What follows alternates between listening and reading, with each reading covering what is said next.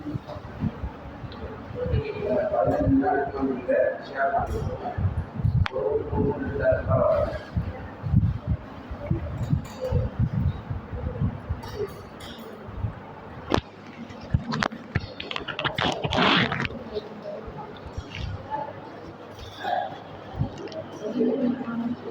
الله الرحمن الرحيم.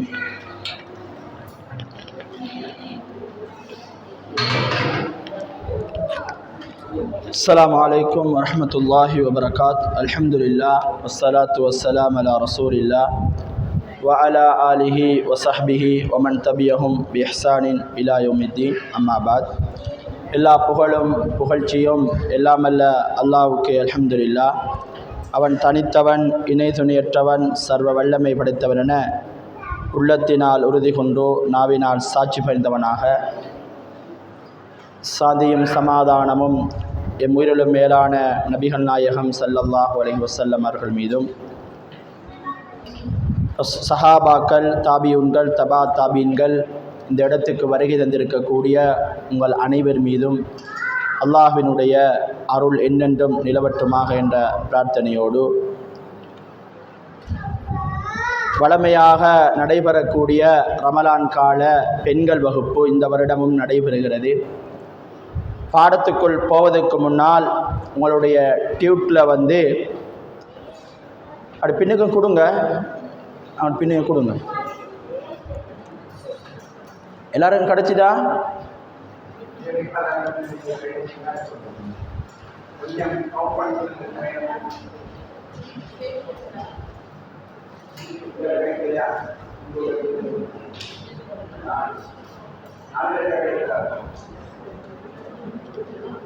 நாங்கள் என்ன படிக்க போகிறோம்னு சொல்லி சில விஷயங்கள் அதில் போட்டிருக்கிறேன். இது பயான் மாதிரின்னு சொன்னால் பயான் செஞ்சுட்டே போயிடலாம், நீங்கள் கேட்டு போயிடலாம். கிளாஸ் மாதிரி செய்கிறதால ஏதாச்சும் கையில் ஒன்று இருக்கணும். அப்போ தான் இந்த அடிப்படையில் போகுது, இந்த தலைப்பில் போகுதுன்னு சொல்லி எங்களுக்கு கொஞ்சம் விளங்கும். அதுக்கு தான் இந்த பிரிண்ட் எடுத்தது. சரி, அந்த பிரிண்டில் முதலாவதாக ஒரு குர்ஆனிய வசனம் ஒன்று போட்டிருக்கிறேன். கத் சமிஅ அல்லாஹு கௌலல்லதி துஜாதிலுக ஃபீ ஸௌஜிஹா வதஸ்தகி இலல்லாஹ் வல்லாஹு யஸ்மஉ தஹாவுரகுமா இன்னல்லாஹ ஸமீஉம் பஸீர். சூரா முஜாதலாவினுடைய ஆரம்ப வசனம். இந்த செய்தியை நான் ஏன் இந்த இடத்துல போட்டேன்னு சொன்னால், ஹவுலா பின்த் தஅலபா என்று சொல்லுகிற ஒரு பெண்மணி, இந்த பெண்மணிக்கும் அவருடைய கணவனுக்கும் இடையில சின்ன பிரச்சனை. நீண்ட காலம் ரெண்டு பேரும் ஒன்னா வாழ்றாங்க, சந்தோஷமா இருக்கிறாங்க, பிள்ளை குட்டி எல்லாம் பெற்றெடுக்கிறாங்க. இப்பொழுதோ ஹவுலா பின்த் தஅலபா என்று சொல்லுகிற அந்த பெண்மணி வயசாகி விட்டது. அவளால் தன்னுடைய குழந்தைகளை இதுக்கு பிறகு சுமக்க முடியாத ஒரு நிலைமை வருகிறது. ஔஸ் இப்னு சாமித் என்று சொல்லுகிற அந்த நபித்தோழர் ஹவுலா பின்த் தஅலபாவை பார்த்து சொல்லுகிறார், நீ என்ற உம்மா மாதிரி இருக்கிறா. அன்றைய காலத்தில் இருந்த ஜாஹிலியா கால ஒரு பண்பு மனைவியை உம்மா என்று சொல்லிவிட்டால் தலாக் என்று அர்த்தம். மனைவி உம்மாவோட நாங்கள் எப்படி உறவு கொள்ள முடியாதோ அதே போல அன்றைய காலத்தில் இருந்த ஒரு முறை. அப்படி சொல்லிவிட்டால் கணவன் மனைவி ஒன்றாத்தான் இருப்பாங்க, ஆனால் ஒன்று சேர மாட்டார்கள். தலாக் சொன்னதை போலவே ஆகிவிடும். இதுக்கு அரபுல திஹார் என்று சொல்வார்கள். அப்ப ஔஸ் இப்னு சாமித் என்று சொல்லுகிற நபித்தோழர் தன்னுடைய ஹவுலா பின்த் தஅலபா என்று சொல்லுகிற தன்னுடைய மனைவியை திஹார் செய்து விட்டார். இப்பொழுது அந்த பெண்மணி ரசூலுல்லாஹ்விடத்திலே வருகிறார். பல சஹாபாக்கள் அப்படியே ரசூலுல்லாஹ்வோடு உரையாடி கொண்டிருக்கிறார்கள். ஹவுலா பின்த் தஅலபா நேரடியாக அல்லாஹ்வுடைய தூதரிடத்தில் வருகிறார். தனக்கு நடந்த அநீதியை பற்றி பேசுகிறார். அவ்வளவு ஆம்பளைகளுக்கு மத்தியில் ஒரு பொம்பளை பேசினால் எல்லாரும் நாங்கள் என்ன சொல்லுவோம், இவளுக்கு என்ன இந்த மாதிரி இருக்கிறா, இப்படியா ஆக்களுக்கு முன்னுக்கு பேசுறது அப்படின்னு சொல்லி பேசுறாங்க. ஆனால் அல்லாஹ் உடனே குர்ஆன் வசனத்தை இறக்குறான். தன்னுடைய கணவனை பற்றி உங்களிடத்திலே முறையிடுகின்ற அந்த முறையீட்டை அல்லாஹ் செவிமடுத்து விட்டான். அதான் அந்த வசனம். கது சமி அல்லாஹ் செவிமடுத்து விட்டான். அல்லதி துஜாதிலுக ஃபீ ஸௌஜிஹா, தன்னுடைய கணவன் தனக்கு அநியாயம் செய்து விட்டான் என்று இவ்வளவு பேருக்கு மத்தியில உங்களோட பேசுறாரே, அந்த ஹவுலாவுடைய செய்தியை நான் கேட்டு விட்டேன் என்று அல்லாஹ் வசனத்தை இருக்கிறான். இந்த செய்தியை நான் ஏன் கொண்டு வந்தென்றால், கல்வியை படிப்பதற்கு வெட்கப்படக்கூடாது. முதலாவது, பல சஹாபாக்களுக்கு மத்தியில் தன்னந்தனியாக அந்த பெண்மணி வந்து தன்னுடைய பிரச்சனையை ரசூலுல்லாஹ்விடத்திலே கேட்கிறார்கள். இரண்டாவதாக ஒரு செய்தி போட்டிருக்கிறேன். உம்மு சலமா ரலியல்லாஹு அன்ஹா அவர்கள் அறிவிக்கக்கூடிய செய்தி. உம்மு சலமா யார்? ரசூலுல்லாஹி ஸல்லல்லாஹு அலைஹி வஸல்லம் அவர்களுடைய மனைவி. அன்னஹா காலத் ஜாத் உம்மு சுலைம். இந்த உம்மு சலமா என்று சொல்லுகிற பெண்மணி உம்மு சுலைம் என்று சொல்லுகிற ஒரு பெண்மணியை பற்றி பேசுகிறார். உம்மு சுலைம் என்பவர் அபூ தல்ஹா ரலியல்லாஹு அவர்களுடைய மனைவி உம்மு சுலைம். இப்ப இவங்க யாரு? இம்ராத்து அபீ தல்ஹா அல் அன்சாரி ரசூல் ஸல்லல்லாஹு அலைஹி வஸல்லம் ஃபகால யா ரசூலல்லாஹ் இன்னல்லாஹ லா யஸ்தஹி மினல் ஹக். இதுதான் முக்கியமான ஒரு செய்தி.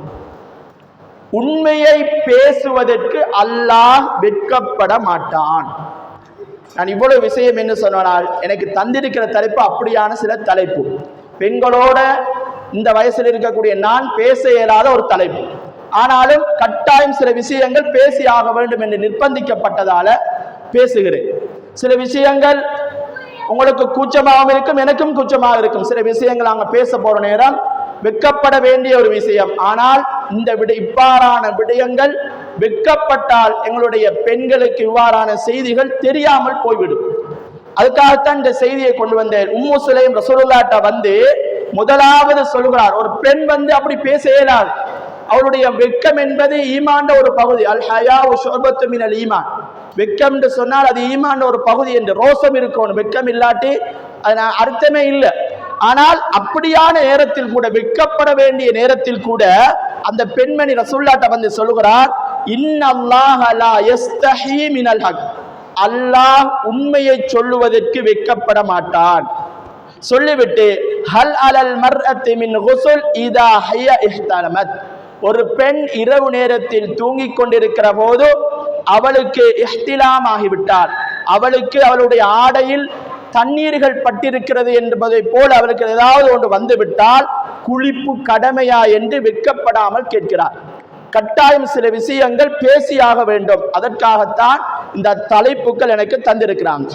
கீழே நான் சில விஷயங்களை போட்டிருக்கிறேன். யாரையும் குறித்து சுட்டி காட்டப்பது கிடையாது. இங்க பயான்ல இந்த பாடத்துல வந்து இவர் இப்படி இருக்கிறாங்க, இவங்க இப்படி இருக்கிறாங்கன்னு யாரையும் சுட்டி காட்டுவதற்கு, தவறுகளை திருத்திக் கொள்வதற்காக. அந்த பிரச்சனைகள் நம்மகிட்ட இருந்தால் நாங்கள் திருத்திக் கொள்ளணும். அதுக்காகத்தான் இந்த பயான்கள் எல்லாம் செய்யப்படுது. இங்க கிளாஸ் வைப்பதெல்லாம் இது எல்லாரையும் கூப்பிட்டு வச்சு குறை சொல்றாங்க, அல்லது எல்லாரையும் கூப்பிட்டு வச்சு என்ன எப்ப பார்த்தாலும் இதைத்தான் பேசி கொண்டிருக்கிறாங்க அப்படின்னு யாரும் எண்ணிவிடக்கூடாது. ஒரு பிரயோசனத்தை சொல்வதற்காகத்தான் இங்கு சொல்லப்படுகிறது. சரி, இன்ஷா அல்லாஹ் எனக்கு 2 நாள் தலைப்பு தந்திருக்கிறாங்க. ரமலான் காலத்துல வந்து எனக்கு 2 நாட்கள் தந்திருக்கிறாங்க. இன்றைக்கும் நாளண்டைக்கும் புதன்கிழமையும் தந்திருக்கிறாங்க. நான் அதுல செவ்வாய்க்கிழமை போட்டிருக்கிறேன். முதலாவது செவ்வாய்க்கிழமை தான் இருந்தது. அதுக்கு பிறகு அவர் செவ்வாய்க்கிழமை மாறன்னு சொல்ல புதன்கிழமைக்கு மாத்திருக்குது. 2 வகுப்புல கிட்டத்தட்ட 4 தலைப்புகள் பேச போறோம். முதலாவது இன்றைக்கு நாங்க பேச வேண்டிய தலைப்பு அத்தஹாரா. அதில் நீங்க பட்டியூட்ல பார்க்கலாம். இன்றைக்கு பேச வேண்டிய தலைப்புகளை நான் போட்டிருக்கிறேன். ஒன்று, சுத்தம் சம்பந்தமாக முழு விஷயங்களையும் நாங்கள் படிக்கணும். இரண்டாவது நஜீஸ். அதே போன்ற சுத்தத்தில் அவசியமான சுத்தங்கள், சில கட்டாயமாக அல்லாஹ்வுடைய தூதர் சில சுத்தங்களை ஒவ்வொரு நாளும் என்று செய்ய வேண்டும். சில நேரங்களில் கிழமைக்கு ஒருக்கா அல்லது 40 நாளைக்குள்ளே ஒருக்காவது செய்ய வேண்டிய சுத்தங்கள். அதே போல உழு செய்கின்ற முறைகள், குளிப்பு, அதே போல தயம்மம், அதே போல அல் ஹைது வன் நிஃபாஸ், பெண்களுக்கு வரக்கூடிய பெண்களோடு சம்பந்தப்படுகிற மாதவிடாய், அதே போல பிரசவத்திட்டு அந்த அவ்வாறான நிலைகளில் வரக்கூடிய பிரச்சனைகள், அதே போல அல் இஸ்திஹாலா, தொடர் உதிரிப்போக்கு என்று சொல்வார்கள். தொடர்ச்சியாக ஒரு பெண்ணுக்கு ஒரு நீண்ட காலத்துக்கு இரத்தப்போக்கு இருக்குமாக இருந்தால் அந்த பெண்மணியுடைய சட்டம், அந்த பெண்மணி தொழ வேண்டுமா, தொழ இயலாதா, தொழ வேண்டுமாக இருந்தால் எப்படி தொழ வேண்டும், இவ்வாறான சட்டங்கள் அல்லாஹ்வுடைய தூதர் எங்களுக்கு காட்டி தந்தவைகள். சரி, இன்றைய பாடத்துல வந்து முதலாவதாக நாங்க சுத்தத்தை பத்தி பார்க்க போறோம். சுத்தம் என்று சொல்றதுக்கு அரபுல தஹாரா என்ற வார்த்தையை பயன்படுத்துவாங்க. அத்தஹாரா, தஹாரா என்று சொன்னால் சுத்தம், உடல் சுத்தம், உளச்சுத்தம் 2 இருக்குது. இங்க நாங்க பார்க்க போறது உளச்சுத்தத்தை அல்ல, உடல் சுத்தம். எப்போதும் எங்களுடைய உடம்புல அழுக்குகள் இருக்கும். இந்த அழுக்குகளை நாங்கள் போக்க வேண்டும். மனிதனாக இருக்கக்கூடிய எங்களுக்கு இயற்கையிலே அல்லாஹ் கழிவுகளை வெளிப்படுத்துகிறான். அது வேர்வையாக, சிறுநீராக, இப்படி பல்வேறு அடிப்படையில் அல்லாஹ் கழிவுகளை வெளியேற்றுகிறான். இந்த கழிவுகளில் இருந்து நாங்க சுத்தம் செய்வது என்பது இஸ்லாம் எங்களுக்கு கட்டாய கடமையாக ஆக்கி இருக்குது. குர்ஆன் வசனம் ஒன்று போட்டிருக்கிறேன் பாருங்க. இன்னல்லாஹ யுஹிப்புத் தவ்வாபீன் வ யுஹிப்புல் முத்தத்தஹிரீன். நான் நினைக்கிறேன் அடுத்த முதல் பக்கத்துல 4வது இதுல பாருங்க. இன்னல்லாஹ முதல் பக்கத்துல 4வது சுத்தம்னு சொல்லி பெரிய தலைப்பில் அத்தஹாரா என்பது அழுக்குகளிலிருந்து சுத்தமாகுவதை குறிப்பிடுகிறது. அந்த தலைப்புல இருக்குது. அதுல முதலாவது குர்ஆன் வசனம் பாருங்க. சுத்தத்தினுடைய முக்கியத்துவம், இஸ்லாம் எந்த அளவுக்கு சுத்தத்தை பேசுது.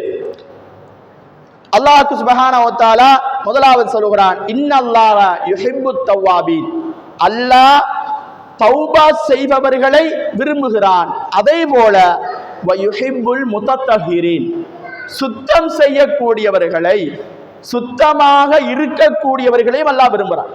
அப்ப அசுத்தமானவர்களை அல்லாஹ் விரும்ப மாட்டான். அதனால்தான் ரசூலுல்லாஹி ஸல்லல்லாஹு அலைஹி வஸல்லம் அவங்க ஹலாலான 2 விடயங்களை சாப்பிட்டு பள்ளிக்கு வர வேணாம்னு சொன்னாங்க. ஹலாலான விடயம் தான், ஆனால் அதனுடைய வாடை என்பது அசுத்தமானது. ஒன்று வெங்காயம்,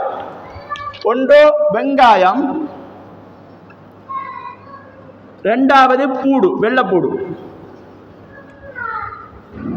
இந்த 2மே ஹலாலான சாப்பாடு.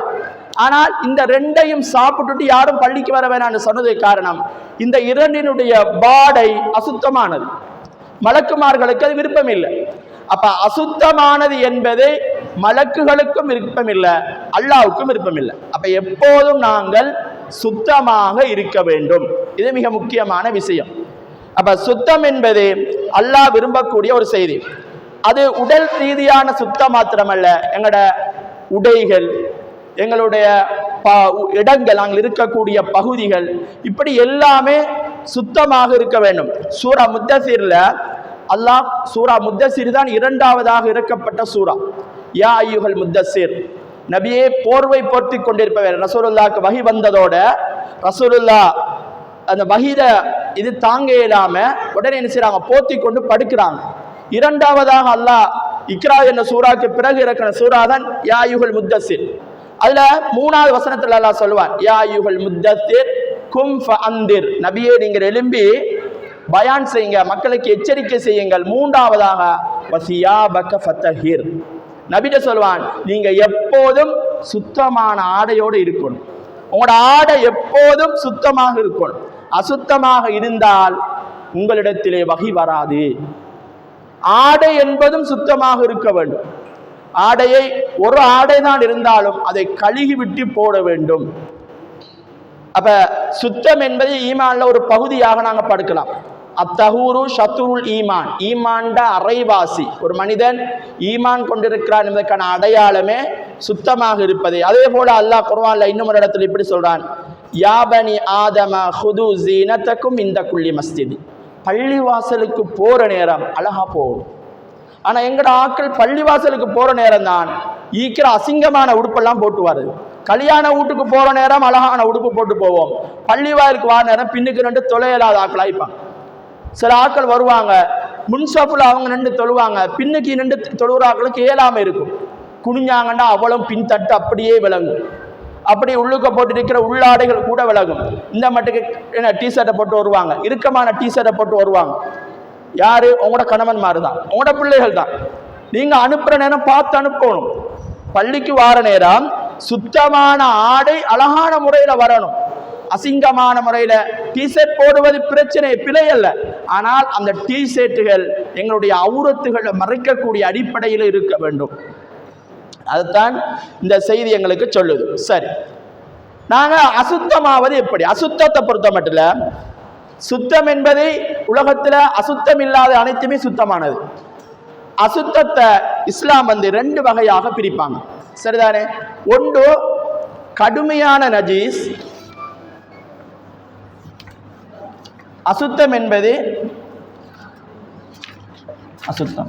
நான் தண்ணீர் தஹாராவில் தண்ணீர்லாம் பற்றி பேச இல்லை, அதெல்லாம் பொதுவாக எல்லாருக்கும் தெரியும். உங்களோட சம்பந்தப்படுகிற விஷயத்தை மட்டும்தான் பேச சொல்லிக்கிறாங்க. அதனால தான் குறிப்பிட்ட சில விஷயங்களை மட்டும் எடுத்து. சரி, அதில் அசுத்தங்களை 2 விடயம் இருக்குது. ஒன்று கடுமையான நஜீஸ், கடுமை, அடுத்து சாதாரணம். சரிதானே? ஒன்று கடுமை, அடுத்து சாதாரணம். கடுமையில் இரண்டு விடயங்களை சொல்லுவாங்க. முதலாவது, நாங்கள் மதம் மாறி போவது. நாங்கள் மதம் மாறி பேத்தோம்னு சொன்னால் நாங்கள் நஜீஸாக மாறிடுவோம். காவியர்கள் எல்லோருமே நஜீஸ், கடுமையான நஜீஸ். அதால தான் இஸ்லாத்துக்கு வாராக்க முதலாவது குளிக்கணும். முதலாவது என்ன செய்யணும்? அவங்க குளிக்கணும். குளிச்சு போட்டு தான் இஸ்லாத்துக்கு வரணும். மதம் மாறுவது என்பது கடுமையான நஜீஸுகளில் ஒன்று. அல்லாஹ்வினுடைய தூதர் ஸல்லல்லாஹு அலைஹி வஸல்லம் அங்கே ஒரு முறை பிலால் இப்னு ரபா, அபூ ஹுரைரா ரலியல்லாஹு அன்ஹு அவங்களை என்ன செய்கிறாங்க? பிடிக்கிறாங்க. அபூ ஹுரைரா அவங்களுக்கு குளிப்பு கடமையான நிலையில இருக்கிறாங்க. அப்போ அவங்க ஒதுங்கி கொள்றாங்க. அப்போ ஏன்னு கேட்குறாங்க. அப்போ அவங்க சொல்றாங்க, நான் குளிப்பு கடமையான நிலையில இருக்கிறேன். அப்போதான் அல்லாஹ்வுடைய தூதர் சொல்றாங்க, அல் முஃமினு லா யன்ஜுஸ். மூமின் என்ன, சிறுநீர் கழித்து விட்டான் என்பதற்காக அவன் நஜீஸாகி விட மாட்டான். ஒரு மூமின் என்ன, அதாவது குளிப்பு கடமையாகி விட்டது என்பதற்காக அவன் நஜீஸாக மாட்டான். ஆனால் காஃபிரை பொறுத்த மட்டில் அவன் கடுமையான நஜீஸாக இருப்பான். அவன் மொத்தமாகவே நாங்கள் மதம் மாறிவிட்டால் நாங்கள் அசுத்தமானவர்களாக மாறிவிடுவோம். இது அல் குர்ஆனும் ஹதீஸும் சொல்லுகிற முதலாவது கடுமையான நஜீஸ்ல முதலாவது விஷயம். இரண்டாவது நாய், பன்றி. இரண்டாவது கடுமையான நஜீஸுகள்ல நாய், பன்றி. என்ன விஷயம்? இங்கேயா வெளியவா? சொல்லுங்க. சரி, இரண்டாவது நாய், பன்றி. இந்த நாய் பன்றியுடைய விஷயத்துல எல்லாருக்கும் தெரியும். நாய் பன்றியை பொறுத்த மட்டும் அது வாய் வைத்தால் 7 தடவைகள் கழுக வேண்டும். அதில் ஒரு தடவை மண்ணை போட்டு கழுக வேண்டும். இந்த ரெண்டுமே கடுமையான நஜீஸ். ஆனால் நாய்க்கு மட்டும் சில நேரங்களில் இஸ்லாம் விதிவிலக்காக கொடுத்திருக்குது. சில நேரங்கள்ல மட்டும் இஸ்லாம் நாய்க்கு விதிவிலக்காக கொடுத்திருக்குது. எப்பன்னு சொன்னால், ஒன்று வேட்டையாடக்கூடிய நேரத்தில். வேட்டை நாய்களாக இருந்தால் ஒரு சந்தர்ப்பம், அவங்களுக்கான ஒரு மன்னிப்பு இருக்குது. வேட்டை நாய்களை நாங்க பிடிச்சோம்னால், அல்லது வேட்டை நாய்கள் பிடித்து கொண்டு வரதை நாங்கள் எடுத்தால் அது நஜீஸ் கிடையாது. காரணம், அது வேட்டைக்காக நாங்கள் பழக்குகிறோம். அல்லாஹ் குர்ஆன்ல இது சொல்றோம். மாயிதாவுல வரக்கூடிய மாயிதாவினுடைய 2வது வசனம் நினைக்கிறேன். மாயிதாவினுடைய 2வது வசனம் அல்லது 1வது வசனத்தில் அல்லாஹ் சொல்வான், வேட்டைக்காக பழக்கப்பட்ட நாய் ஒன்றை பிடிச்சு கொண்டு வந்தால் எங்களுக்கு சாப்பிடலாம். அது நஜீஸ் அல்ல. நாய் வாய் வைத்தால் மொத்தமா நஜீஸ். ஆனால் வேட்டைக்காக பயன்படுத்திய நாய் மாத்திரம் நஜீஸ் அல்ல. ஏனைய நாயெல்லாம் நஜீஸ். சரிதானே? இந்த நாயுடைய கடுமையான நஜீஸ்ல இந்த வேட்டைக்கு பழக்கப்பட்ட நாய்க்கு மாத்திரம்தான் இஸ்லாம் அனுமதி தந்திருக்குது. வேற எந்த ஒரு நாய்க்கும் இல்லை. ரோட்டில் போற நாய்களுக்கெல்லாம் அது நஜீஸ் தான், கடுமையான நஜீஸாகவே பேசுகிறது. பன்றிக்கு எந்த ஒரு நேரத்திலும் சலுகை கொடுக்கல. அதே போல நாயுடைய நஜீஸ்ல இன்னும் ஒரு விஷயம், நாங்க வீட்டுக்கு காவலுக்கு வளர்க்கலாம். இஸ்லாம் எங்களுக்கு வளர்க்குது. அதுக்குரிய சட்டத்தையும் இஸ்லாம் பேசுது. அதை ஒழுங்கான அடிப்படையில் நாங்கள் வளர்க்கணும். அதுக்காக கொஞ்சி விளையாட இயலாது. அதோட நாயோட என்ன செய்யாது? கொஞ்சி விளையாட இயலாது. அப்ப வேட்டை நாய்க்கு மாத்திரம்தான் நஜீஸ் என்ற ஒன்றை இஸ்லாம் தளர்த்தி இருக்குது. அது எப்பண்டா வேட்டையாட போற நேரம் மட்டும்தான். அதையும் நல்லா புரிஞ்சு கொள்ளணும். வேட்டைக்கு போற நேரம் மட்டும்தான் நஜீஸ் இல்லை. சும்மா வீட்டுல அது படுத்து கிடக்கிற நேரம் ஒன்று கவிட்டு வந்தால் அது என்ன, அது நஜீஸா தான் இருக்கும். வேட்டைக்கு நாங்க கூட்டி போய்த்து அது பிடிச்சிட்டு வர நேரம், நாங்க அதை பிஸ்மி சொல்லி அனுப்பி அது பிடிக்கிற நேரம் செத்து போனால் கூட எங்களுக்கு சாப்பிடலாம். நல்லா புரிஞ்சு கொள்ளுங்க. வேட்டைக்கு பழக்கப்பட்ட நாய் வேட்டையுடைய நேரத்தில் மாத்திரம்தான் அது ஹலால். ஏனைய டைம்ல அது நஜீஸுடைய அந்தஸ்துக்கு மாறிவிடும். சரிதானே? இவ்வளவுதான் கடுமையான நஜீஸாக இருக்குது. சரி, அடுத்தது இப்ப நாங்க படிக்க போறதான் மிக முக்கியமான ஒன்று, சாதாரண நஜீஸுகள். சாதாரண நஜீஸ் நான் இங்க சொல்ல வருவது ஏனைய எங்களோட சம்பந்தப்படுகிற சில செய்திகள். நீங்க அதுல பார்க்கலாம், டீட்ல இருக்குது. சாதாரண நஜீஸ்ல முதலாவதாக ஒரு பாயிண்ட் தந்திருக்கிற சிறுநீர். சிறுநீர் சம்பந்தமாக நாங்கள் பார்க்க போறோம். உண்மையிலேயே மனிதனாக இருக்கக்கூடிய எல்லோரும் அல்லது உலகத்துல உயிரினமாக படைக்கப்பட்டிருக்கிற எல்லாம் தன்னுடைய கழிவுகளை ஏதோ ஒரு வகையில் வெளியேற்றி கொண்டிருக்கும். ஏதோ ஒரு வகையில் வெளியேற்றி கொண்டிருக்கும். அதுல சிறுநீர் என்பது கட்டாயம் ஒன்றாக அல்லாஹ் எங்களுக்கு வைத்திருக்கிறார். எங்களுடைய உடம்பில் இருக்கக்கூடிய வேர்வைகள், எங்களுடைய உடம்பில் இருக்கக்கூடிய தண்ணிகளை வெளியேற்றுகிற கழிவு நீர்களை வெளியேற்றக்கூடிய ஒன்றாக சிறுநீரை வைத்திருக்கிறார். இந்த சிறுநீருடைய விஷயத்தில் இஸ்லாம் சின்ன பிள்ளைகள், அதாவது தாய்ப்பாலை மட்டும் குடிக்கக்கூடிய ஆண் பிள்ளை, நன்றாக புரிந்து கொள்ளணும், ஆண் பிள்ளை வேற ஒரு சாப்பாடும் திங்கல்ல, வேற ஒரு சாப்பாடுமே இல்லை, பிஸ்கட்டுகளோ அல்லது வேற வேற சின்ன சாப்பாடுகள் சின்ன பிள்ளைன்னு சொல்லி கொடுக்குற இதுவும் இல்லாம வெறுமனையே அந்த பிள்ளை தாய்ப்பாலை மட்டும்தான் கொடுக்குது, பொட்டிப்பாலும் அல்ல. பால் குடிக்கிற பிள்ளை நாங்கள் எடுக்கிறதில்ல, நல்லா கண்டுங்க, தாய்ப்பாலை குடிக்கக்கூடியவர்கள். பொட்டிப்பால் வேற, பொட்டிப்பால் என்பது சாப்பாட்டுக்குள்ள வந்துடும், பொட்டிப்பால் அல்லது ஏனைய பிஸ்கட்டுகள் இப்படி வந்தால் அது வேறையா போயிடும். தாய்ப்பாலை மட்டும் குடிக்கக்கூடிய ஆம்பளை பிள்ளை, இந்த பிள்ளை ஒன்று சிறுநீர் கழித்தால் அது மடியில தான் கழிக்கும். எப்பயும் நான் அந்த பிள்ளைய எப்பயும் தூக்கி வச்சு கொண்டிருக்கக்கூடிய பிள்ளை. அப்ப இந்த பிள்ளைகள் நாங்க தூக்கி வச்சிருக்கிற மூத்திரம் என்றால் அது நஜீஸ் கிடையாது, அந்த நஜீஸ் தான், ஆனால் பெரிய நஜீஸ் அல்ல. நாங்க அதை தண்ணி எடுத்து சும்மா தடை விட்டாலே அந்த நஜீஸ் போய்விடும். அப்ப ஆம்பளை பிள்ளையா இருக்கணும், தாய்ப்பாலை மட்டும் குடிக்கிற பிள்ளையாக இருந்தார். இதுக்கு ஒரு செய்தி ஒன்று இருக்குது. ரசூல் ஸல்லல்லாஹு அலைஹி வஸல்லம் சொன்னார்கள், பவுலுல் குலாம் யல்லஹு, சின்ன பிள்ளையாக இருந்தால் பால் குடிக்கிற தாய்ப்பாலை மட்டும் உணவாக உட்கொள்ளக்கூடிய ஒரு ஆண் பிள்ளையாக இருந்தால் அந்த தண்ணியை சும்மா தொடிச்சு விட்டாலே அந்த மூத்திரம் என்ன செய்யும், அந்த சிறுநீருடைய நஜீஸ் போய்விடும். எங்களோட ஆடையில பட்டிருந்தாலும் சரி, எந்த இடத்துல இருந்தாலும் சாடையாசின தண்ணியை தடை விட்டாலே போய்விடும். அது அல்லாமல் ஏனைய எல்லோருடைய சிறுநீர்களும், அது பெண் பிள்ளையாக இருக்கலாம், தாய்ப்பாலை குடிக்கக்கூடிய பெண் பிள்ளையாக இருக்கலாம், அல்லது உணவாக உட்கொள்ளக்கூடிய ஆண் பிள்ளை பெண் பிள்ளை, அதே போல ஆண்கள் பெண்கள் பெரியவர்கள் சிறியவர்கள் வேறுபாடு இல்லாமல் உணவு உட்கொண்டு விட்டோம் என்றால் எல்லாருடைய சிறுநீரும் அது நஜீஸாக மாறிவிடும்.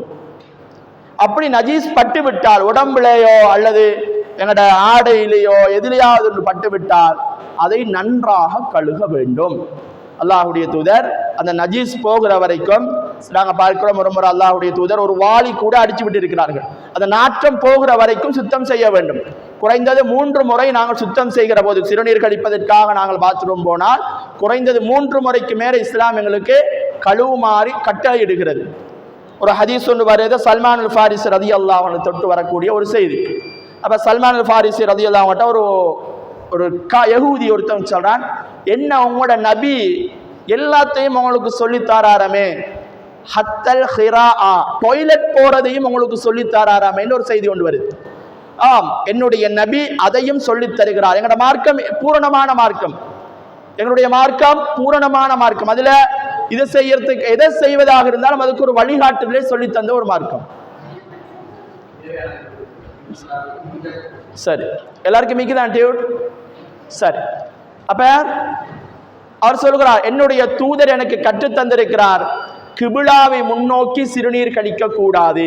நாங்க 1க்கு 2க்கு போற நேரம் கூட கிபிலாவை முன்னோக்கி இருந்து விடக்கூடாது. அதாலதான் நாங்க வீடு கட்டுற நேரம், பாத்ரூம் வைக்கிற நேரம் கிபிலா எங்களை பார்த்து வைக்கிறது. ரசூலுல்லாஹ் சொன்ன செய்தி, கிபிலாவை முன்னோக்கி 1க்கு 2க்கு இருக்க இயலாது. 2வது, அப்படி நாங்கள் சிறுநீர் கழித்து விட்டால் இடது கையினால் சுத்தம் செய்ய வேண்டும், வலது கையால சுத்தம் செய்ய இயலாது.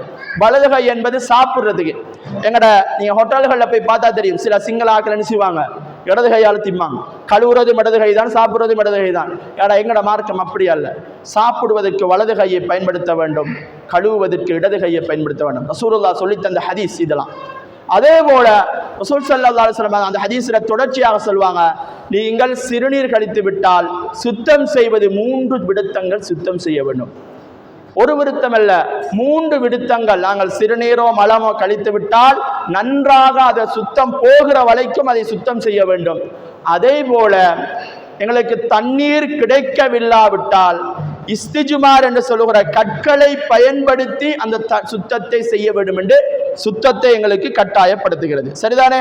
அப்ப சிறுநீருடைய விஷயத்துல இந்த 3 செய்திகளை நாங்கள் ஞாபகம் வச்சுக்கொள்ளணும். ஒன்று, தாய்ப்பாலை மட்டும் குடிக்கக்கூடிய ஆண் பிள்ளையாக இருந்தால் மாத்திரம்தான் சிறுநீர் சாதாரண நஜீஸாக இருக்கும், அது சும்மா நோமலாக கழுவிட்டாலும் சரி. அதே நேரத்தில் ஏனைய எல்லோருடைய சிறுநீரும் அது நஜீஸ், எனவே அதை நன்றாக நாங்கள் கழுக வேண்டும். இந்த சிறுநீருடைய சட்டம் தான் மலத்துக்கும் என்பதை நாங்கள் புரிஞ்சு கொள்ள வேண்டும். மலத்தை பொறுத்த மட்டும் தாய்ப்பால் குடிக்கக்கூடிய ஆண் பிள்ளையாக இருந்தாலும் மலம் என்று வருகிற போது அது நஜீஸ் தான். சரி, அடுத்தது அவசியமான சுத்தங்கள். அடுத்த டியூட்ல நான் நினைக்கிறேன் அடுத்த பக்கத்தில் இருக்கும், 2ஆம் பக்கத்தில் இருக்கக்கூடியது அவசியமான சுத்தங்கள். சரி, இந்த அவசியமான சுத்தங்களை இஸ்லாம் ஃபித்ரத்துல் ஹம்சா என்று பயன்படுத்துது.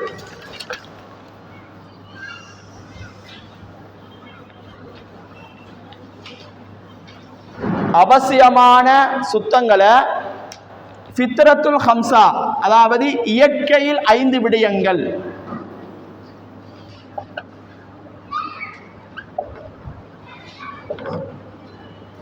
ஃபித்ரா என்று சொன்னால் இயற்கையில் நிகழக்கூடிய 5 விடயங்கள். இது கட்டாயம் எல்லாருமே செய்தாக வேண்டும். அபூ ஹுரைரா ரலியல்லாஹு அன்ஹு அவர்களை தொட்டு அறிவிக்கக்கூடிய இந்த செய்தி, ரசூல் ஸல்லல்லாஹு அலைஹி வஸல்லம் சொன்னார்கள், அல் ஃபித்ரத்து ஹம்சுன், இயற்கையில் மனிதனுக்கு ஏற்படக்கூடிய 5 விடயங்கள் இருக்கிறது. ஒன்று அல் ஹத்தான், நாங்கள் எங்கட பாசையில் சொன்னால் சுன்னத் செய்யறன்னு சொல்வது, ஹத்னா செய்வது. இதை பொறுத்த மட்டில் பொதுவாக ஆண்களை பொறுத்த மட்டில் ஹத்னா செய்வது அவசியமாக இருக்கிறது, கட்டாயம் செய்தாக வேண்டும். பெண்களை பொறுத்த மட்டில் இதில் இஃப்திலாப் இருக்குது, சில நேரங்களில் செய்யலாம், சில ஆக்கள் செய்யலாம் என்று சொல்வார்கள். அது அவர்களுடைய அந்த செய்யக்கூடியவர்கள் பார்த்து செய்து கொள்வார்கள். அடுத்தது வல் இஸ்திஹ்தாத், இது மிக முக்கியமான ஒன்று. சரி, இந்த விஷயத்துக்கு வாரத்துக்கு முன்னால் ஒரு செய்தியை ஞாபகம் வச்சுக்கொள்ளுங்க. நாங்கள் எல்லாரும் மௌத்தா போகக்கூடியவர்கள். நாங்கள் மௌத்தா போய்விட்டோம்னால் எங்களை குளிப்பாட்டுறது, நானே மௌத்தா போய்க்கப்ப நான் எழுப்பி குளிக்கலுமா? ஏலாது. எங்களை குளிப்பாட்டுறதுக்கு 4 பேர் வருவாங்க. ஆண்களாக இருந்தால் ஒரு 4 ஆம்பளைகள் வருவாங்க, பொம்பளைகள் இருந்தால் 4 பொம்பளைகள் வருவாங்க. ஊர்களில் சில நேரங்களில் அதுக்குன்னே ஒரு குரூப் ஒன்று இருக்கும், அவங்க தான் வளமையாக குளிப்பாட்ட போவாங்க. அது குடும்ப உறவினர்களாகவும் இருக்கலாம், குடும்பம் அல்லாதவர்களாக கூட இருக்கலாம். சரி, குளிப்பாட்ட போகிற நேரம் அந்த இஸ்லாம் குளிப்பாட்டக்கூடியவர்களுக்கு சில சட்டங்களை சொல்லியிருக்குது. மிக முக்கியமாக அவர்கள் அமானிதம் பேணக்கூடியவர்களாக இருக்க வேண்டும். அமானிதம் பேண்டென்றால் அந்த மையத்தில் சில நேரங்கள் குறைகள் இருக்கும். சில நேரங்களில் எங்களோட உடம்புல இந்த ஒரு பகுதி வெட்டப்பட்டிருக்கலாம் அந்த ஜனாசாவில், அல்லது அந்த ஜனாசாவில் ஏதாவது குறைகள் இருக்கலாம், போஸ்ட்மார்ட்டம் செய்திருப்பாங்க, எல்லாம் செஞ்சிருக்கலாம். அப்போ குளிப்பாற்றாக்க நான் குளிப்பாற்ற நேரம் இதை கண்டேன், குளிப்பாற்ற நேரம் அப்படி இருந்துச்சு அப்படின்னு சொல்லி பிறகு பேசக்கூடாது, இது ஹராம். குளிப்பாட்டுவர்கள் அமானிதத்தை பேணக்கூடியவர்களாக இருக்க வேண்டும்.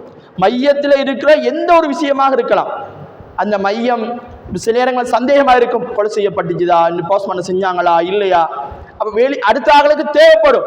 ஆனால் குளிப்பாட்டின ஆளுக்கு அங்கே தெரிஞ்சிருக்கும் விஷயம். குளிப்பாட்ட நேரம் மொத்தமாக நாங்கள் என்ன செய்வோம், கழுவி கொண்டிருப்போம். அப்போ அவங்களுக்கு ஒரு பகுதி தெரிந்திருக்கும் என்ன நடந்திருக்கும். அப்போ இந்த நேரத்தில் அது எதையுமே வெளியே சொல்ல இயலாது. இதுபோலதான் குளிப்பாட்டுகிற நேரத்தில் இவ்வாறான சில விஷயங்களை நாங்கள் செய்யாட்டி, மிக இஸ்திஹ்தாத் என்று சொல்வது எங்களுடைய அந்தரங்க பகுதியில் வரக்கூடிய முடிகள், இதை கட்டாயம் நாங்கள் வலித்தே ஆக வேண்டும். இஸ்லாம் குறைந்தது 40 நாளைக்குள்ள வலிக்க சொல்லுது.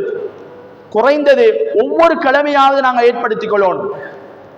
அடுத்த சமூகத்தை விட எங்கட சமூகம் சுத்தத்தில் மேலாக அது நல்லதாக நாங்கள் இருக்க வேண்டும். குறிப்பாக நாங்கள் அதை வலிக்காமல் அந்த நிலையில் நாங்கள் மரணித்து விட்டால் நாங்கள் எப்போ மௌத்தா போகணும்னு எங்களுக்கு தெரியாது. நாங்கள் அந்த அசிங்கமான முடியை வலிக்க வேண்டிய நேரத்தில் வலிக்காமல் நாங்கள் அப்படியே நாங்கள் மையத்தாக இருந்து விட்டால் எங்களை குளிப்பாட்ட வருவர்கள் குளிப்பாட்ட வார நேரம் அந்த பகுதிகளுக்கெல்லாம் குடும்ப உறவுகள் போட்டு கையை போட்டு கழுகி சுத்தம் செய்ய வேண்டும். மழை ஜலங்கள் இருக்கும், அடிகளூர்னு சொல்லுவாங்க, நம்மளோட பாசையில் சொன்னால் அடிகளூர்னு சொல்லுவாங்க. அப்போ அந்த பகுதியில் இருக்கிற வைத்த அமர்த்தி அதனுடைய கழிவுகள் எல்லாம் வெளியே எடுப்பாங்க. அப்போ அந்த நேரத்தில் இப்படி இருக்கிறாங்கன்னு நினைச்சு விட்டால் எங்களை பற்றி கெட்ட எண்ணம் வந்து விடுமே. இரவு அதாவது முடிகள் இவ்வாறு அசிங்கமாக இருக்குதே என்று சொல்லி நினைத்து விட்டால், அப்ப ரசூலுல்லாஹி ஸல்லல்லாஹு அலைஹி வஸல்லம் எங்களுக்கு இதுக்கான ஒரு வழிகாட்டலை தந்திருக்கிறான். கட்டாயம் நாங்கள் அதை எப்போதும் சுத்தமாக இருந்து கொள்ள வேண்டும். பிறகு வடிப்போம், பிறகு செய்வோம் என்று நாங்கள் அதை பிற்போடக்கூடாது. மரணம் என்பது எப்போது வரும் என்று தெரியாது. குளிப்பாட்ட வருபவர்கள் எங்களை பற்றிய தப்பெண்ணங்களை உருவாக்கி கொள்ளலாம். நாங்கள் மௌத்தா வைக்கப்புறம் அவங்க என்ன நினைச்சாலும் எங்களுக்கு பிரச்சனை இல்லை. ஆனால் எங்களுடைய அசிங்கமான ஒன்று எல்லாருக்கும் வெளிப்படக்கூடிய ஒன்றாக அது விளங்கிவிடும். எனவே இஸ்லாம் சொல்லுகிறது, எங்களுடைய அந்தரங்க பகுதிகளில் வரக்கூடிய முடிகளை நாங்கள் கட்டாயம் வலிக்க வேண்டும். அது எல்லாருக்குமே இஸ்லாம் இயற்கையாக அதை ஏற்படுத்தி இருக்கிறது. அதே போல எங்களுடைய அக்குள் முடிகள், எங்களுடைய கமக்கட்டு முடிகளையும் நாங்கள் சுத்தம் செய்ய வேண்டும். அதே போல தக்லீமுல் அவாஃபிர், நகம் வெட்டுறது. அதிகமான ஓதர்பலிக்கு வர பிள்ளைகளை நான் பார்த்தா நகமே வெட்ட மாட்டாங்க, அப்படி நகத்துக்குள்ள இருக்கும், ஊத்துகளோடு இருந்து கொண்டிருப்பாங்க. இஸ்லாம் இதையெல்லாம் கட்டாயமாக செய்ய சொல்லுது. நகம் வெட்டாட்டி எங்கட ஒரு ஒரு லேட்டஸ்டா எப்படி போகுதுன்னு சொன்னால், இந்த சின்ன விரல்ல மட்டும் நகத்தை வளர்க்கிறது. அப்படி ஒரு சமூகம் இருக்குது. ஆம்பளை பிள்ளைகள் நகத்தை வளர்க்கிறது, பொம்பளை பிள்ளைகள் ஸ்கூல்ல போய் பார்த்தா விளங்க, ஸ்கூல்ல யோதர வழியில எல்லா நகத்தையும் வெட்டிருக்கும், ஒரு நகம் மட்டும் அப்படி தொடர்ந்து இது பண்ணிக்கணும். அப்படி அல்ல, கால் நகம், கை நகம் எல்லாம் எங்களை ஏழுமான மட்டுக்கு என்ன செய்யணும், அவைகளை நாங்க சுத்தம் செய்து கொள்ள வேண்டும்.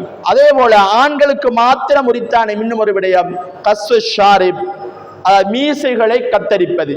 அப்ப மீசைகளை கத்தரிப்பதும், நகங்களை வெட்டிக் கொள்வதும், அக்குள் முடிகளை நீக்குவதும், அந்தரங்க பகுதிகளில் இருக்கக்கூடிய முடிகளை நீக்குவது என்பது இஸ்லாம் எங்களுக்கு சொல்லித்தரக்கூடிய முக்கியமான விடயம். மரணத்துக்கு முன்னால இதைகளை நாங்கள் செஞ்சு கொண்டே இருக்க வேண்டும், எப்போதும் செய்து கொண்டிருக்க வேண்டும். நாங்கள் மரணித்து விட்டால் எங்களை பற்றிய தப்பெண்ணம் அடுத்தவர்களுக்கு வந்துவிடக்கூடாது. அசிங்கமாக அசுத்தமாக இருக்கிறார்களே, இப்படி இது கூட வலிக்க இயலாமலா இருந்தார்கள் அப்படின்னு சொல்லி யாரும் எங்களை கேவலமாக பேசிவிடக் கூடாது. சரி, அடுத்த தலைப்புக்கு வாரேன். அடுத்த தலைப்பு தான் உது. நான் ஒவ்வொரு பகுதிகளிலேயும் முக்கியமான செய்திகளை மட்டும்தான் உங்களுக்கு ஞாபகப்படுத்துகிறேன். இதெல்லாம் பெரிய பெரிய சப்ஜெக்ட், சுருக்கமாக முக்கியமாக பேசப்பட வேண்டியதை மட்டும் எடுத்து தோத்திருக்கிறேன். சரி, உது சம்பந்தமாக முதலாவது உதுவினுடைய சிறப்புகள். உதுவா அல் குர்ஆன் சொல்லுகிறது, எப்போது நாங்கள் உதுவோடு இருக்கணும். நான் இதையும் உங்களுக்கு சொல்றேன், நாங்கள் எப்போதும் மரணிக்கிற நேரம் நாங்கள் உதுவோடு மரணிக்கணும். அசுத்தமான நிலையில் இருக்கிற போது மலக்குகள் எங்களை சந்தித்து விட்டால் நாங்கள் அசிங்கமானவர்களாக மாறிவிடுவோம். அப்ப எப்போது நாங்கள் சுத்தமாக இருக்க வேண்டும். மலக்குகள் சுத்தமாக இருப்பவர்களை விரும்புகிறார்கள், அல்லாஹ்வும் விரும்புகிறான். அப்ப நாங்கள் மரணிக்கிற போது நாங்கள் உதுவோடு மரணிக்கணும். நாங்கள் மனிதன் வகையில 1க்கு 2க்கு போனால் போய் முடிய நாங்கள் என்ன செய்யணும், உடனே ஓடி செஞ்சுட்டு வர வேண்டிய, இது பெரிய விஷயம் அல்ல. நான் நேற்று இரவு கூட பயான்ல சொன்னேன், பிலால் இப்னு ரபாஹ் ரலியல்லாஹு அன்ஹு அவர்கள் ரசூல் ஸல்லல்லாஹு அலைஹி வஸல்லம் இஸ்ராவுடைய பயணத்துல ஒரு காலுடைய யோசையை கேட்கிறார்கள். பார்த்தால் பிலால் இப்னு ரபாஹ் சுவர்க்கத்தில் நடந்து தெரிகிறார். ரசூல் ஸல்லல்லாஹு அலைஹி வஸல்லம் அங்கேருந்து வந்து பிலால்கிட்ட கேட்கிறார், பிலால் நீங்க என்ன அமல் செஞ்சீங்க, சுவர்க்கத்தில் நீங்க சுத்தி தெரியுறீங்க? அல்லாஹ்வுடைய தூதரே, நான் எப்போது என்னுடைய உழு முறிகிறதோ அடுத்த நிமிடம் நான் உழுவை செய்து கொள்வேன். உழு செய்து கொண்டால் அதற்குரிய 2 ரக்காத் சுன்னத்துகளை தொழுது கொள்வேன். அதன் தான் எனக்கு காரணம். சுவனம் போறதுக்கான மிக இலகுவான ஒரு வழி.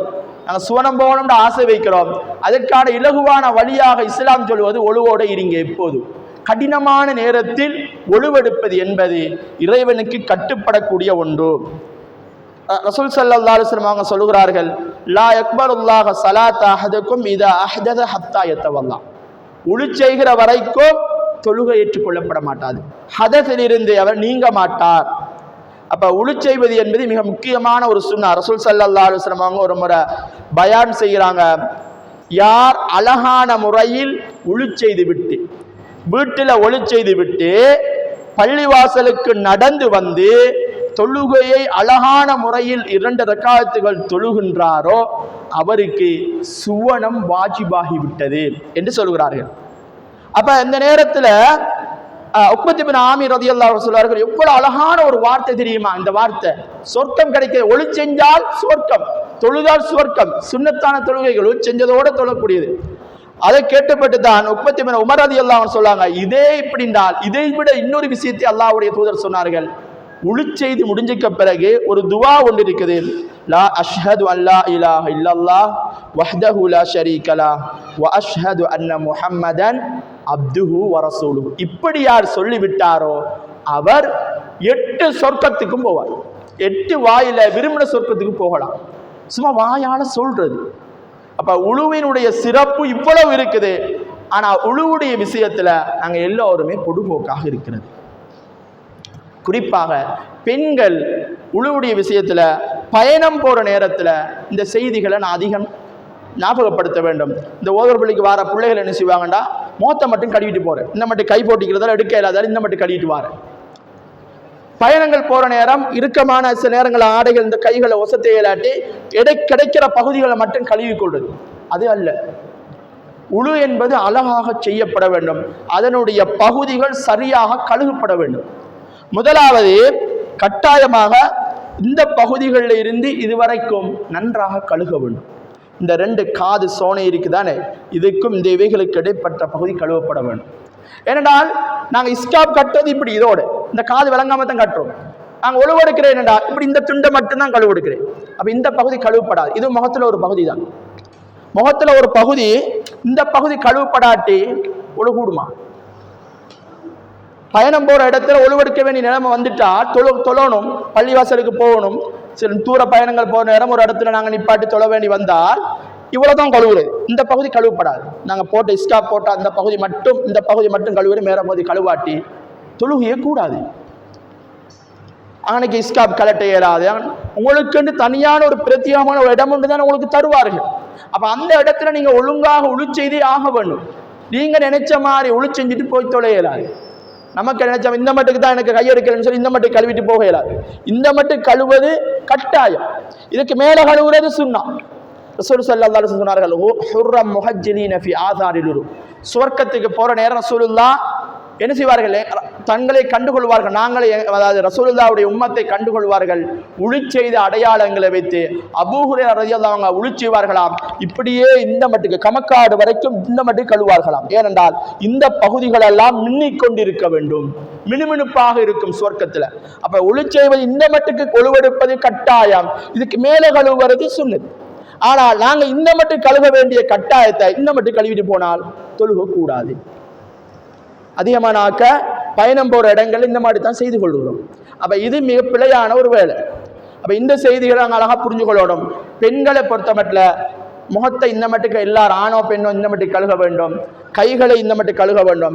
தலைக்கு மசகு செய்வது அவங்களுக்கு முடிகள் நீட்டமாக இருப்பதனால் கொஞ்சம் ஒரு பகுதி நனைஞ்சாலே போதும். அதுக்கு மாத்திரம்தான் இஸ்லாம் அவங்களுக்கு ஒரு சலுகை கொடுத்திருக்கு. அப்ப முழுமையாக அவங்க செய்ய வேண்டிய அவசியம் இல்லை. அவங்களுக்கு முடியுமான வரை அவங்களுக்கு முடிகளை கழுவி இது பண்ணிக்கொள்ளலாம். அடுத்தது நீங்க உடுப்பு உடுத்த ஒரு பயணம் போறதுக்கு முன்னால நீங்க உடுப்பு உடுத்த வேண்டுமாக இருந்தால் உளுச்செய்து போட்டு உடுப்பு உடுத்துங்க. உளுச்செய்து போட்டு உடுப்பு உடுத்துற நேரம் நீங்க சொக்ஸு போடலாம். பெரும்பாலும் நாங்க எல்லாரும் சொக்ஸ் போட்டு தான் வெளியே கிளம்பிட்டு போவோம். ஒரு தூர பயணங்கள் போறோம்னா காலுக்கு சொக்ஸ் போட்டு தான் போவோம்.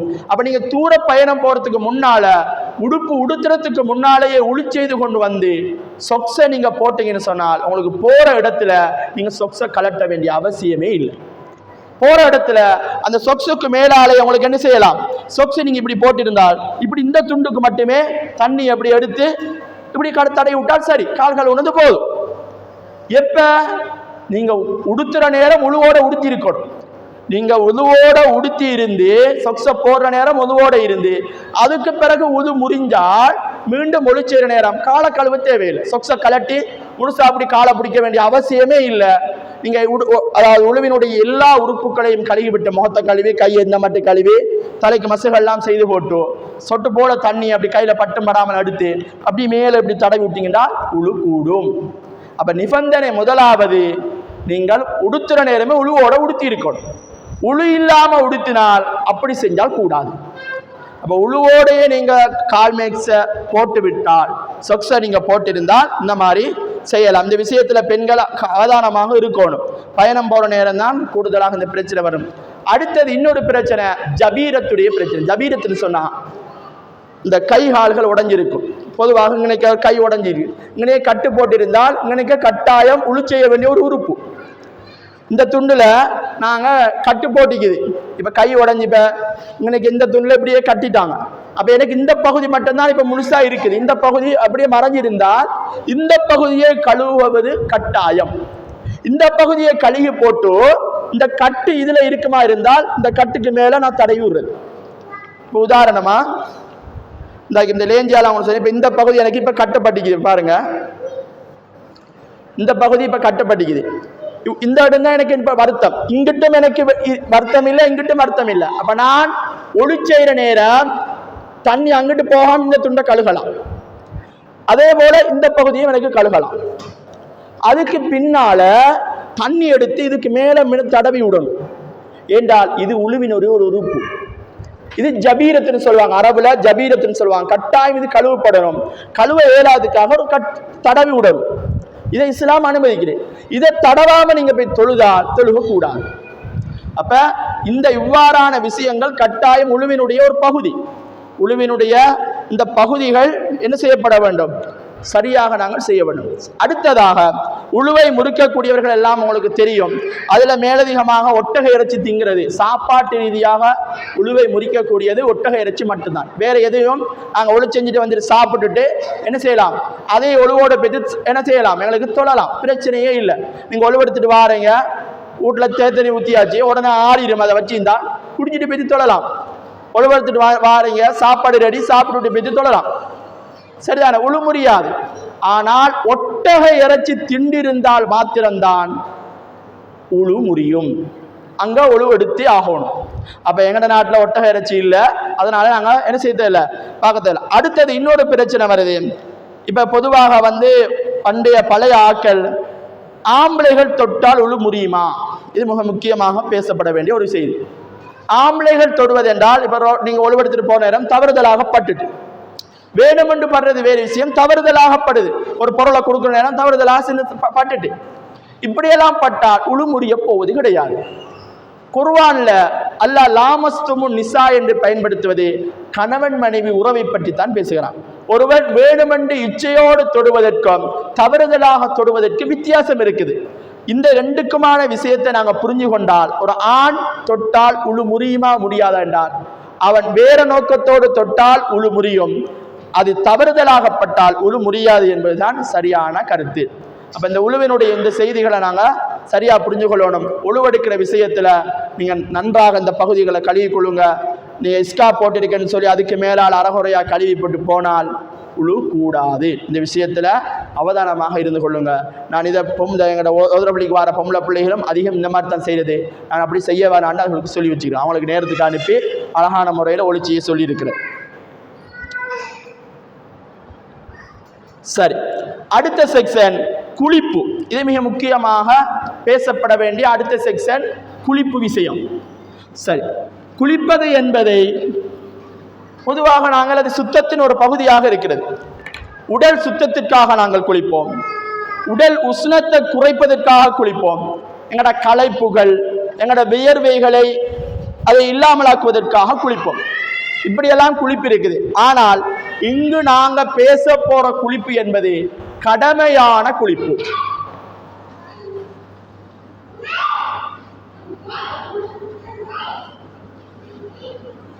கடமையான குளிப்பு என்பது முதலாவது புரிஞ்சு கொள்ளணும், இபாதத். நாங்க குளிக்கிறது இபாதத். இஸ்லாம் சொல்லித் தருகிற ஒரு விஷயம், சுத்தமாக இருக்கிறது இபாதத். நாங்க உடல் உஷ்ணத்துக்காக குளிப்பதோ அல்லது களைப்பை அதாவது வியர்வைகளை இல்லாமலாக்க குளிப்பது என்பதோ அது ஒளி செய்து விட்டால் இபாதத்தாக மாறும், அது ஒரு சுன்னா. ஆனால் கடமையான குளிப்பை குளிப்பது என்பது இபாதத். எப்படி தொழுகை இபாதத்தோ நோன்பு ஒரு இபாதத்தோ அதுபோல கடமையான குளிப்பை நிறைவேற்றுவது ஒரு இபாதத். இதுதான் முதலாவது செய்தி. அப்ப இபாதத்துன்னு சொன்னால் நாங்க நினைச்ச மாதிரி செய்யலாம். இபாதத்துன்னு சொன்னால் நாங்க நினைச்ச மாதிரி போய்த்து சவரை திறந்து போட்டு குளிச்சு போட்டு வர இயலாது.